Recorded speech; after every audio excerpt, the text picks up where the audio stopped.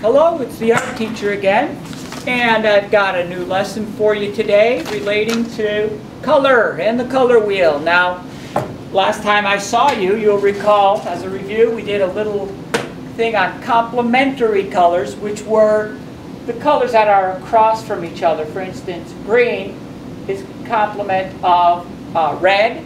So we did the after image assignment where you have these stripes are green, and the after image therefore would be red, okay, because you see the complementary color as the after image.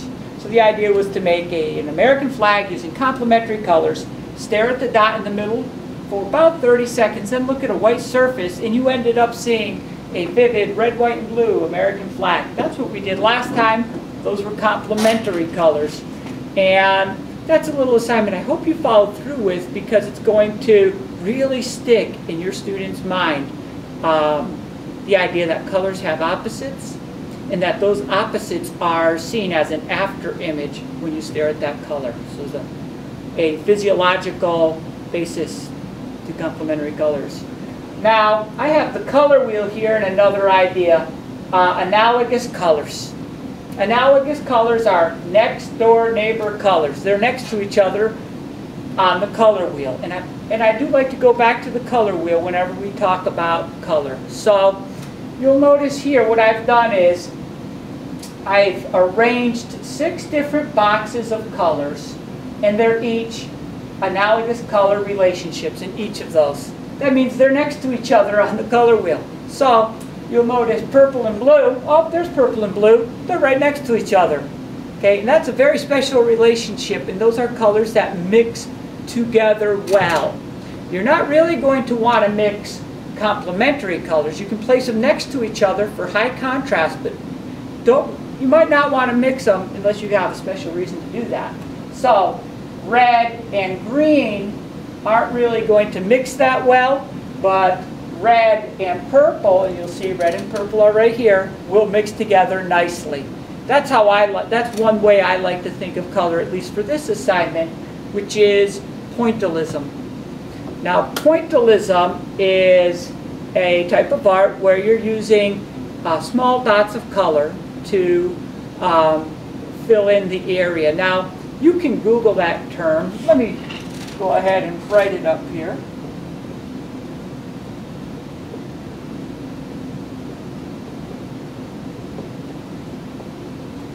Oh, my patterns are getting in the way.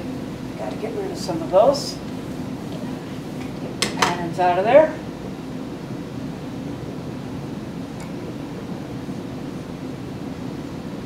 You can Google that term, and there's a ton of information about it, including Georges-Pierre Seurat. You'll find all that out once you Google it.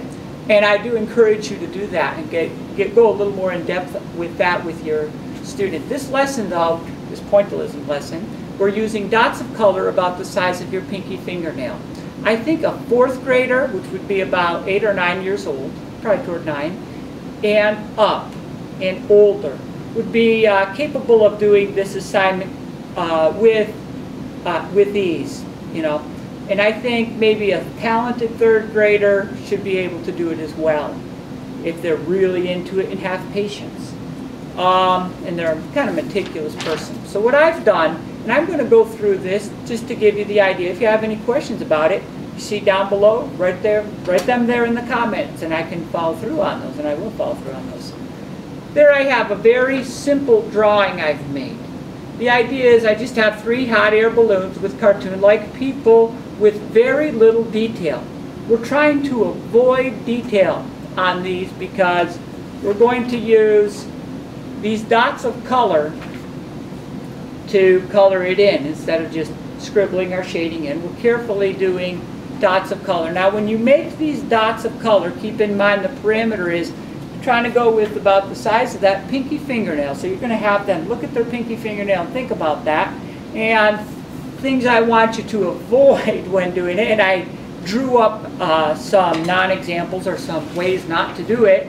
Some kids would like to just get through quick, and they'll do something like that where they go, just tap it like that. Nope, that's not what we're doing. Some kids want to do all just the same color in an area And of course that becomes monotonous and boring. That's not where we're going with it. There are other times, if someone becomes lazy, they can make their dots with like this, which is just more of a scribbled circle with a big white spot in the middle. Or sometimes you'll find people like to make the dots, and they'll make them well, but they'll arrange them in some sort of pattern. We're trying to avoid the pattern. Now it's real nice to have a big box of crayons on this one, you know, the big 64 crayon set or something of that sort, so that's going to be helpful. What I've done here though is when coloring in this balloon, I've used purple and blue. You'll see the purple and blue are an analogous color relationship. They're next to each other on the color wheel. But before you jump right in and start doing that, I strongly suggest you have your son or daughter or whoever it is you're working with practice. Just get a scrap sheet of paper like this and make maybe a circle of the size of your pinky fingernail. Try to fill it in and get used to making dots like that before you jump in and try to fill in the drawing with it. Try to do maybe a dozen of those and get a feel for it. And the thing is, probably the best thing you can do to help your child get better at art is this. This is a great piece of advice that I'm telling you. I've been doing this a long, long time, so I really know about this. You need to train your children to look closely at their work, find their own faults, and find the places where they're having trouble with it, and self-correct. In other words, fix it themselves. So they will get in the habit of having an eye for what the problems are and fixing them. Okay, and that develops really a much stronger pride in their work, and they'll have more success, and they'll come out with beautiful things that they'll impress themselves once they get that habit. So if you can practice making these dots, just do about 12 of them until they have it. And if you notice they're doing it wrong, point out to them, look, there are little white spots inside of that dot. Oh, let's go ahead and get those white spots out of there, and then work through it like that and kind of try to be picky with them. The thing is, then they'll get to where they can make the dots quickly and they still look good. And that's when they have the skill. That's the underlying thing you're looking for. So, number one, get your color wheel. Number two, you need to have that in front of you. Number two, draw out a simple picture. You can help your student do that. In my case, it's just a simple picture with some hot air balloons. Oh, you can do an underwater scene with fish using the overlapping idea that we talked about earlier. And you'll notice I'm using overlapping here as well. Try to put it in there, make some things closer and some things far away. But anyway, you're trying to do a drawing of large, simple shapes with no detail, using the entire page. After you've done that, practice making the dots. Get them to do about 12 of the dots and do them right. And if they aren't doing them right, have them do it again and show you that they can do them right. And with a little practice, they'll do them right and be able to do it quickly. Then, try to avoid those 4 pitfalls. Those are bad pitfalls you don't want them to fall into. Then, avoiding using any sort of pattern, try to use a variety of shades and tints of blue and purple, maybe. I'm using blue and purple in this case, to fill in one of the balloons. Blue and purple is a good one maybe to start with, because usually a large box of crayons will have a nice variety of blues and purples. Don't just use one blue and one purple. You could use as many as 7 or 8 different types of blues and purples. Again, they're next to each other on the color wheel. They're analogous colors. You can go over that and make sure that your son or daughter knows that. That's the core information. Now, one other quick thing before I let you go. What I've done is put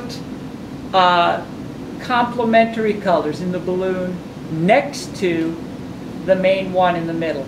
So I have orange and yellow contrasting with the purple and blue here. So that's a nice contrast between those two balloons. And so you can talk about using complementary colors in this assignment also. Remember, that was from our last lesson. If you didn't see that last lesson, maybe go back and take a look at that as well.